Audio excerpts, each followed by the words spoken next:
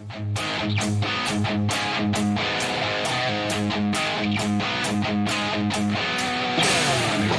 Boss Man, no frills. Coming at you again with another question from Ask the Boss Man. I like to try and keep these around 5 minutes. A bit of a challenge for me. The brain can go off on its own thing. But this one should be quite quick. It's about nutrition and what's the best ratios for putting on lean mass with protein, carbs and fats. This one's pretty simple actually. So to put on decent, now we're going to assume a few things here, that you've been training for a while, and that you're not coming back from previous training, like you've just been training hard, let's call it for at least a year, and now you want to put on some more lean mass. The first thing to know is the criteria are actually very simple. Adequate protein, which is based on how many kilos of lean mass you have. And there's plenty of formulas out there. It's really quite simple. I still go on depending on the person, 1 to 1.2 grams of protein per pound of lean body mass. And you have to then go into a slight calorie surplus. So if your maintenance calories was 3,000, doesn't need to be a lot, 10% at most, go to 3.2, 3.3. And you'll start and apply a good training stimulus with progressive overload, and you grow. That's it. Now, of course, we want to fill the calories with mostly unprocessed food. That's for the nutritional value and recovery and good health.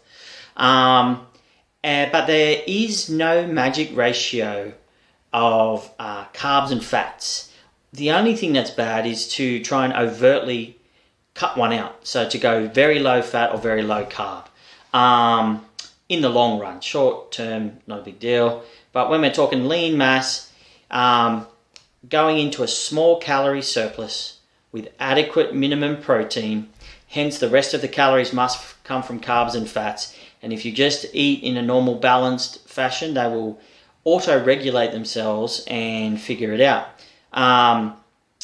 Because you can't trick the body. It's literally just those criteria. Not a big calorie surplus, because then you will gain a lot more fat than muscle. Small calorie surplus, consistency, progressive overload, and hit your minimum protein. And of course, hydrate and sleep. Sleep king. Put all of them together. The rest is near detail. And as I say, unless you're overtly trying to drop carbs or fats real low, they will auto-regulate themselves. For the fact you're in a surplus, this is the thing, it's different to when you're in a deficit. If you're in a surplus, by definition, there's an excess of energy. So let's just say the body wanted a bit more glycogen storage in the muscles post-workout. Say it needed 300 grams and you only ate 250, but your fats were higher. If it wants the glucose to store into the muscle cells, it will transform the triglycerides into glucose through the liver and store them. You can't, and vice versa. And the only other thing to know, of course, is that body's a very adaptable machine. So that 3,200, let's call it 3,300, over time will become maintenance. As you grow and you get bigger, more mass, more muscle, you'll stop gaining weight. And then you bump it again. You might go to 3,400 and off you go again.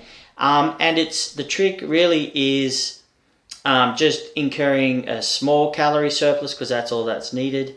For lean gains, if you do a big calorie surplus, you will get maybe a little bit more muscle gain, but a lot more fat gain, which in the end, you have to then diet off, which is just not nice. And a harsh cut, of course, is at high risk of sacrificing the muscle that you just built. So, and that's the way we run it. I usually have a rev limiter, I call it, for our athletes.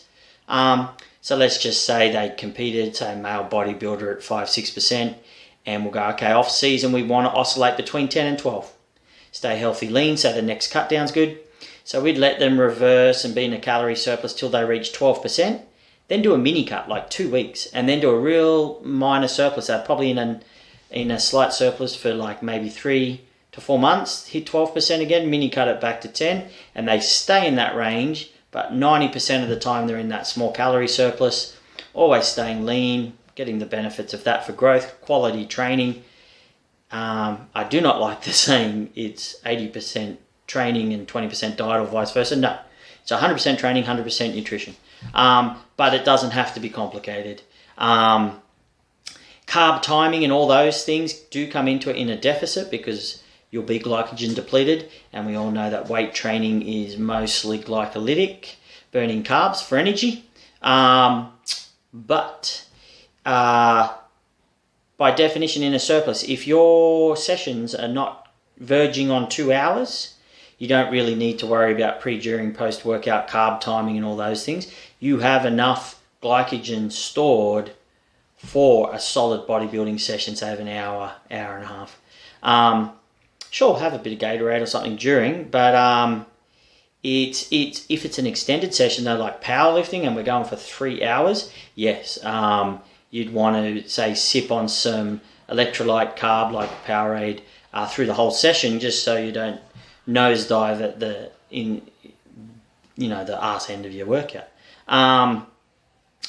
And as long as you're getting adequate total protein and calories in a surplus for the day, and you're not a multi-day trainer, like you're only training once a day, your body will fully recover and fully restore glycogen levels regardless. And I've seen it at the elite level, bodybuilders and powerlifters and the ones who run it on these fundamental principles get just the same result as the guys who are fulfilling the fundamental principles, but adding layers and layers of complexity that don't yield any extra benefit. So I hope that helped the question.